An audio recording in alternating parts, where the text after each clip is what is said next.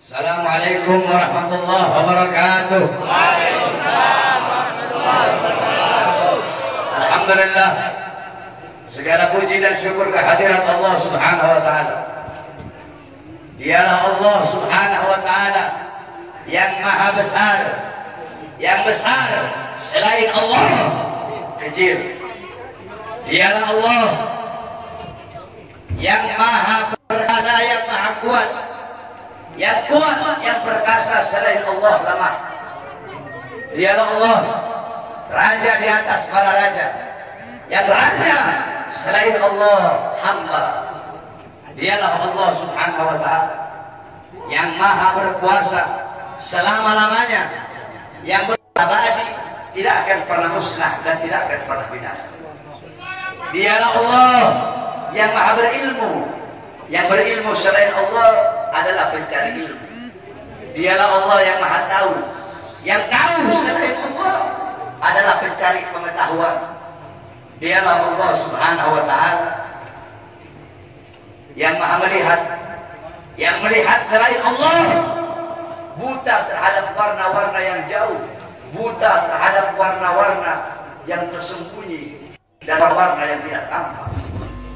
Dialah Allah Subhanahu wa taala yang maha mendengar, yang mendengar selain Allah tuli terhadap suara-suara yang jauh dan suara-suara yang dekat akan menulikannya.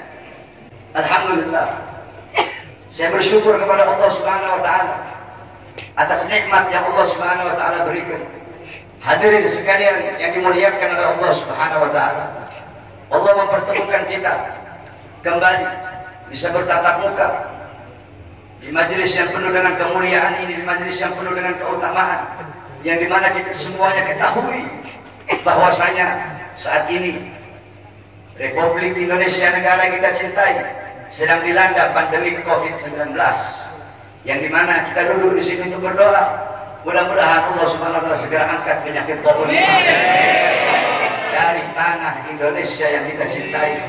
Sebab Indonesia tanah para aulia, Indonesia tanah para habaib, Indonesia tanah para syuhada.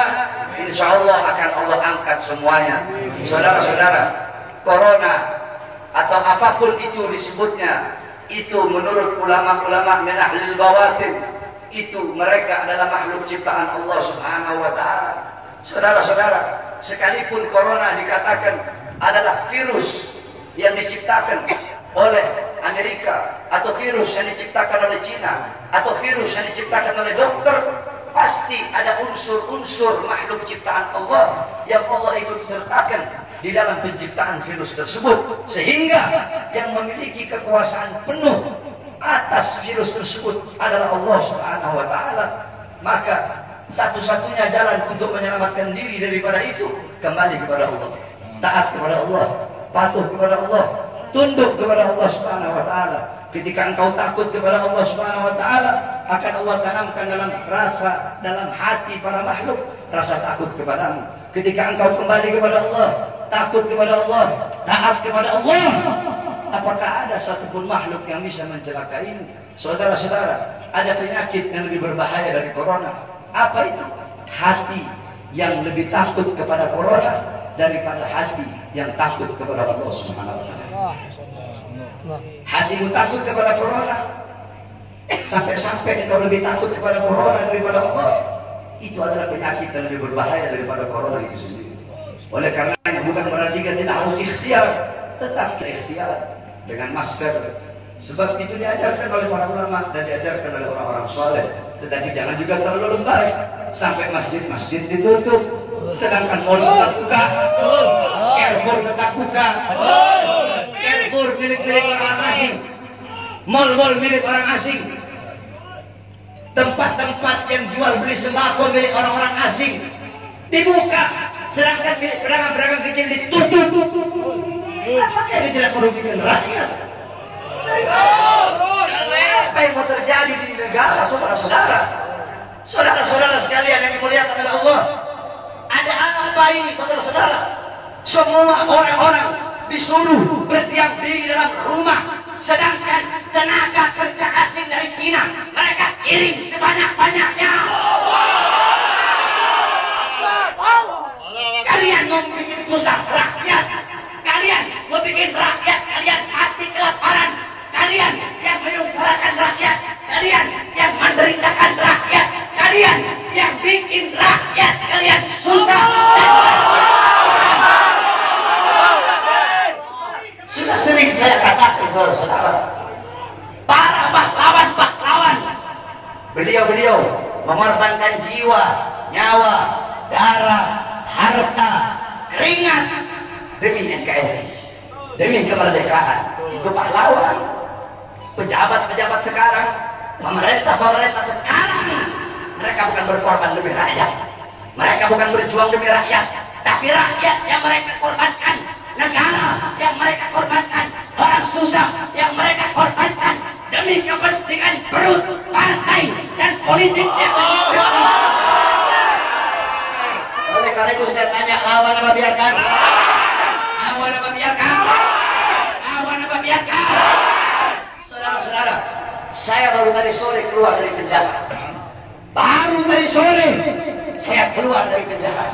Tapi saya telah bersumpah ketika di pengadilan Bandung bahwasanya saya, Bahar bin Smith, bersumpah ketika itu di hadapan para hakim, di hadapan para jaksa, di hadapan para pengacara, di hadapan para seluruh hadirin yang hadir. Saya bersumpah, saya Bahar bin Ali bin Smith bersumpah demi Allah, selama kedua mata saya masih terbuka untuk melihat kemungkaran, melihat penderitaan rakyat, melihat kesusahan rakyat, maka selama itu tidak ada satupun yang bisa membungkam mulut saya. Oleh karenanya, apa yang saya sampaikan pada malam hari ini, saya tidak takut besok pagi saya ditangkap polisi, di penjara lagi nggak ada masalah. Sore ini saya keluar, besok pagi saya ditangkap lagi demi berjuang untuk rakyat, berjuang untuk Indonesia, berjuang untuk rakyat susah yang sengsara, di lockdown, dimatikan di dalam rumahnya sendiri. Saya rela, saya ikhlas, besok di penjara lagi. Oleh karenanya hadirin sekalian yang dimuliakan oleh Allah Subhanahu wa taala, terus berjuang. Saya tidak akan pernah kapok. Kami para habaib, saya bilang, saya tidak akan pernah kapok dalam menyampaikan kebenaran. Jangankan cuma di penjara, walaupun harus dibunuh sekalian. Andaikan dibunuh, mayat saya tiba di sini, anak istri saya akan tersenyum menyambut mayat saya, saudara-saudara. Kenapa? Saya bukan penjahat, saya bukan koruptor, saya bukan narkoba, saya bukan maling, tapi saya membela agama Allah. Saya bela ajaran datuk saya Rasulullah. Saya membela kehormatan para habaib, para anak cucu Rasulullah Sallallahu Alaihi Wasallam. Sehingga pada tadi sore, alhamdulillah, berkat doa semua umat Islam, doa para ulama, para habaib, saya bebas. Dan malam hari ini saya berbicara di hadapan engkau semua umat Islam.